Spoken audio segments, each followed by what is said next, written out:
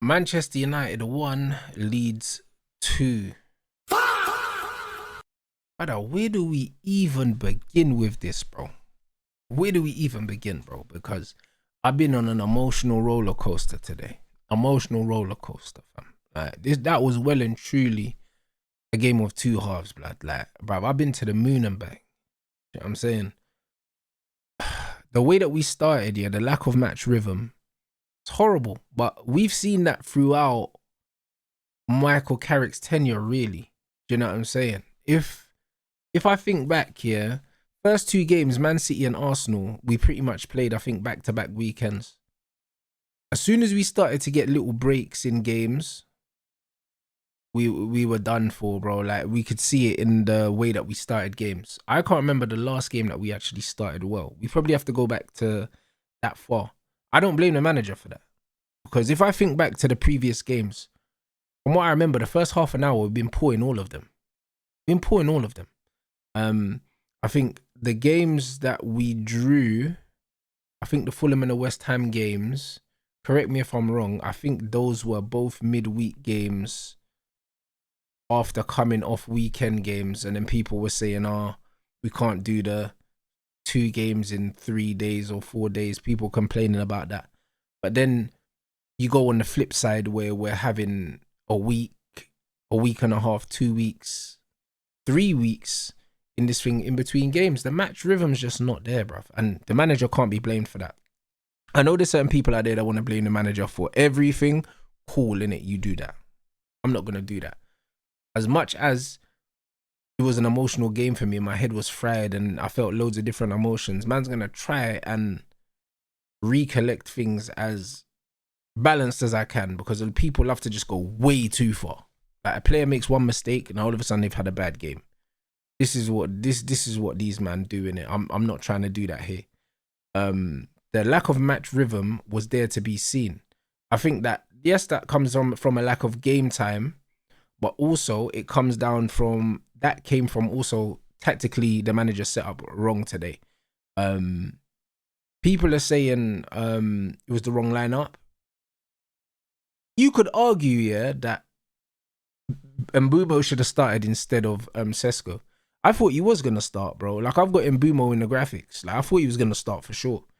I was surprised that he didn't start, but I wasn't alarmed by him not starting. Do you know what I'm saying? Like, a lot of Man United fans, yeah, were saying that Benjamin Sesko should be starting when he was coming off the bench and scoring. I wasn't one of those guys. I still think in this team right now, he's an impact sub until we fix the other pieces. I think he can start for Man United, but while we struggle to progress the ball and we don't have the midfield sorted, I don't think we can afford to play with a striker that doesn't contribute and build up. Like, City get away with having a striker like Erling because they've got so many press-resistant players. And even at times, City kind of need more from him as well. Do you know what I mean? And you see it. So, and City have got a lot better footballers than us, like from a technical press-resistant standpoint. So, with that being the case, I don't think this team is built for Sesko to start. Not week in, week out anyway. Against certain teams, maybe, but for the most part, not really, innit? So I was surprised to see him start. I also thought that because we tried to play out from the back against Leeds, yeah, who do press really well, Barker at Norwich, I remember Norwich were pressing machines even when he had them. And he had them doing well with some meaty players. So we know that he can set them up. The way they were pressing us from the jump and us trying to play out the press with Ugarte being the main guy coming to collect the ball off the centre-backs, bad idea. Bad idea. As soon as I saw that after 5 minutes, if I was Michael Carrick, I would have instructed the goalkeeper to go long to Sesko. Because to be fair to Sesko, them aerial duels here, for the most part, Lomans is clipping the ball up. He's winning them.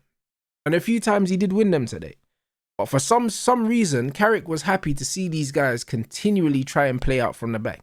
And ultimately, that lost us our confidence early. Players started getting rattled and started rushing things. You started seeing Euro, Lisandro, Ugarte, Casemiro. You started seeing them turn the ball over, be impressed.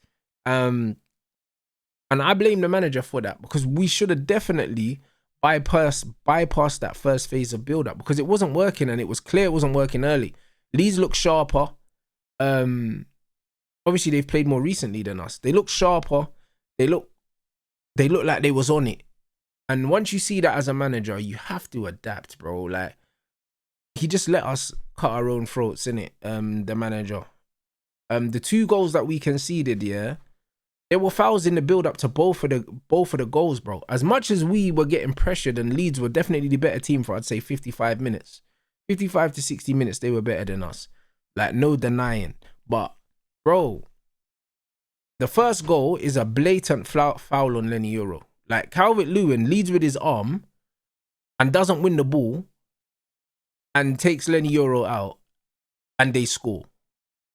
Like, and for me, I'm confused how that wasn't given, because this official was given yellow cards for diving that he supposedly saw, but man are looking at VAR and you couldn't see that Calvert-Lewin doesn't win the ball and he makes contact with Lenny Euro.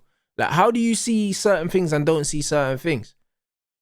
And the funny thing is, yeah, after coming off the back of a Bournemouth game where we should have had 2 penalties, yeah, coming off the back of that, and we had a penalty given against us as well, yeah, that didn't really make sense, given the fact they didn't give one for us anyway.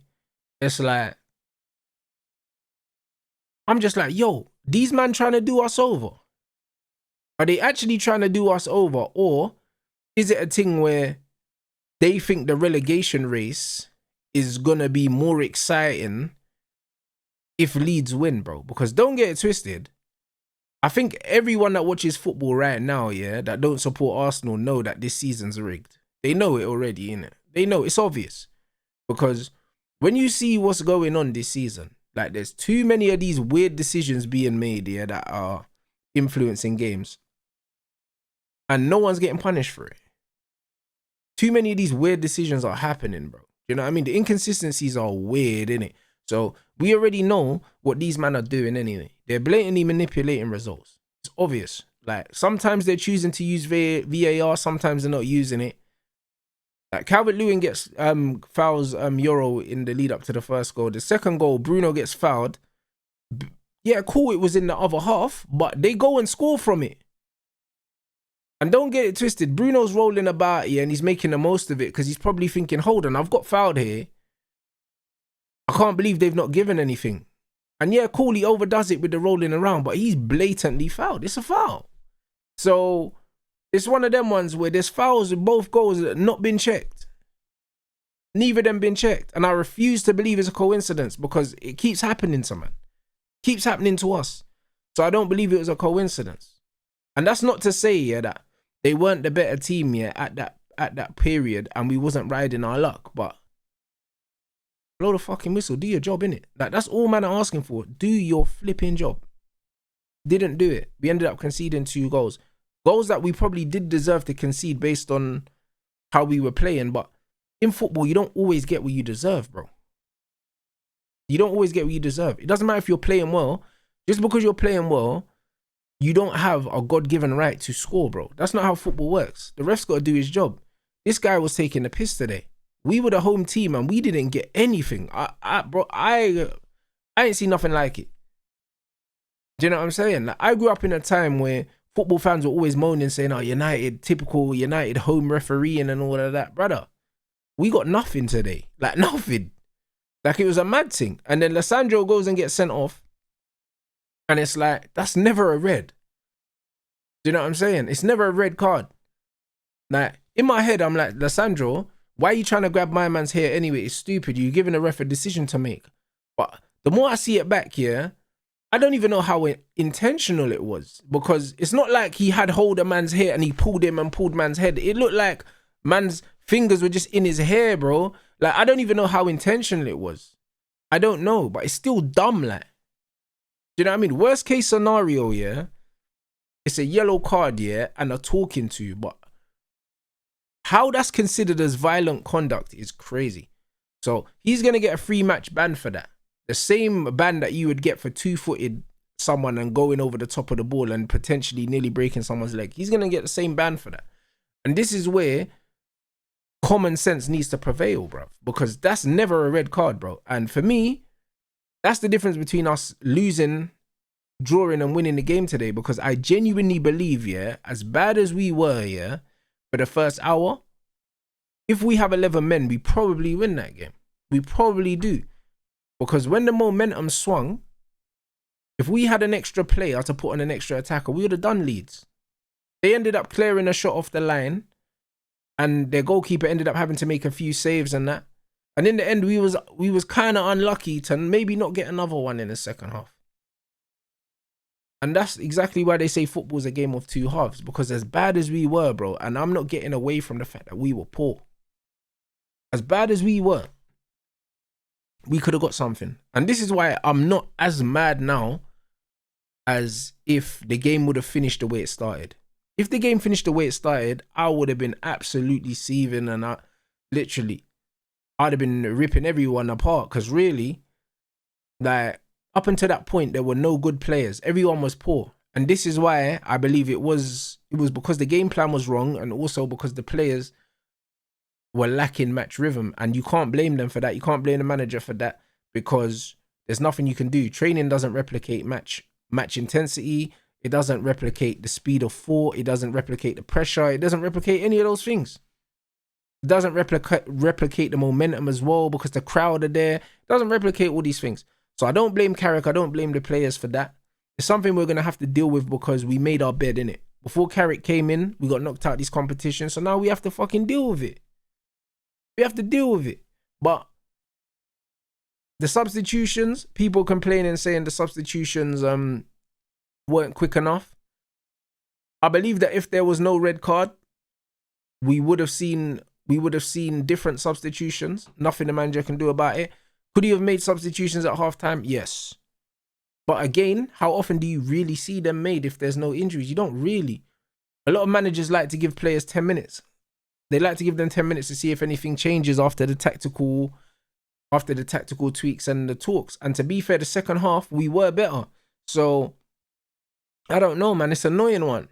Do you know what I mean? Ultimately, I think that we weren't set up properly. And that's why we started as badly as we were, combined with the layoff. But the way we responded showed good character. Even going down to 10 men, we still kept playing. You know what I mean? And that's testament to the character, the players. The manager still made pretty brave changes still. Like, he didn't try and keep the 2-0. He still tried to win the game at 0-2. And you can only respect that. Do you know what I'm saying? So loads of people will look at the result, yeah? Even though the result, like, bro, 2-1 doesn't even look that bad. But the way it felt in the first half, it felt like, man, we're 5-6-0 down. That's how it felt, innit? We have to be real. 2-1 looks like a respectable score. And in the end, we could have nicked something. But the first half was poor, innit? Like, let's not get away from that. But we finished the game well and ended up shot cleared off the line. On another day, we get something, innit? It's disappointing. It's very, very disappointing. But in the grand scheme of the season, it don't change too much. So, like, I just want to see Carrick make... I want to see him adapt to this, bro. Do you know what I'm saying?